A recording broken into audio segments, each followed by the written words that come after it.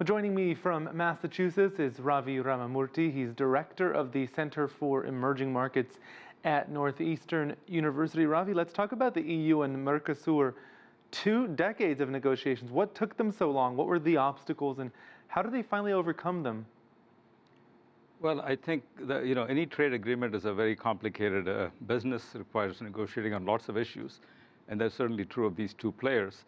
But I think not all of the 20 years were spent negotiating. I think for much of the time, the agreement was dormant. It came back to life really in 2016 when the EU broke its trade talks with the US. And since then, the EU has actually been interested in signing free trade agreements with other countries, partly as a way of offsetting its setbacks in terms of negotiations with the US, and also perhaps to show Britain that if it leaves through Brexit, it will be losing even more because it will not gain access to some of the markets like Canada, Mexico, and Japan, and now the Mercosur agreement that has been signed. Likewise, on the other side, on the Brazilian side, I think having a president who's a free trader probably helps. I was going to say, though, as a bloc, this is quite significant as a bloc from the south for Mercosur. Can you please tell us a little bit about that? Yeah, the Mercosur consists, as you said, of Brazil, Argentina, Uruguay, and Paraguay. Really, Brazil is the big player in that bloc. And both Argentina and Brazil are potentially exporters of beef and other commodities into the EU. And this agreement would give them access to those very large European markets, tariff-free or very reduced tariff compared to other competitors. But the flip side is they had to open their markets to certain industrial products such as automobiles, and this has been a sticking point up to this point.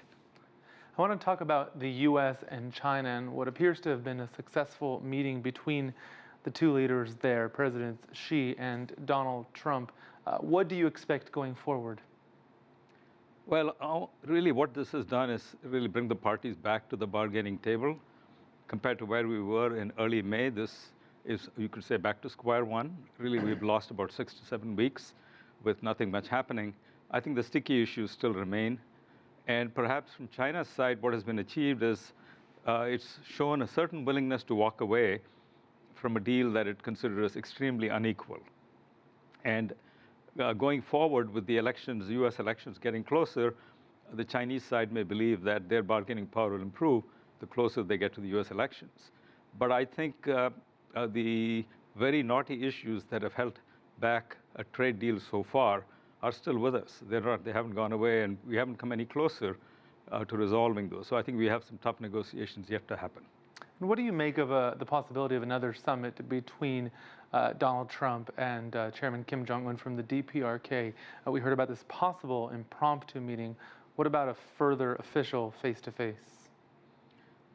Well, I mean, the question has always been whether these summits achieve anything besides being attractive news stories, because you need a lot of tough negotiation to happen in the background, which does not seem to have been happening. So sure, they can meet, and there is nothing lost in it. In fact, maybe something to be gained as they build a certain chemistry between the 2 leaders.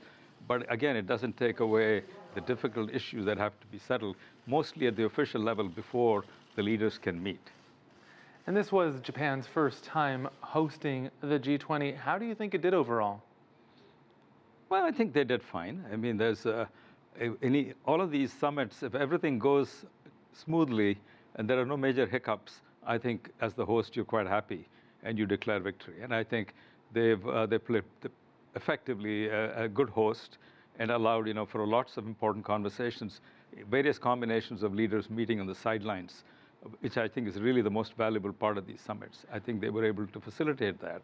And I think the world is a better place because of these conversations. So you think going into this summit, the world was in a sort of a difficult place. You've got various leaders who are supporting protectionism. You've got these tensions between the world's largest economies.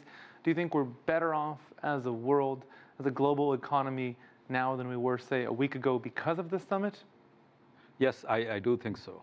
Because what the summits do is provide an excuse for these leaders to meet and defuse lots of little issues that may be simmering, and which they may not want to actually have a summit one-on-one, because that would raise the expectations and create pressure to reach some kind of major deal. But just have a conversation to smooth a few things out makes things a little easier. It doesn't solve all of the outstanding issues, but it does provide an excuse for informal conversations that may lead to more meaningful negotiations on a bilateral basis down the road. Ravi Ramamurti from Northeastern University, thank you for your insight.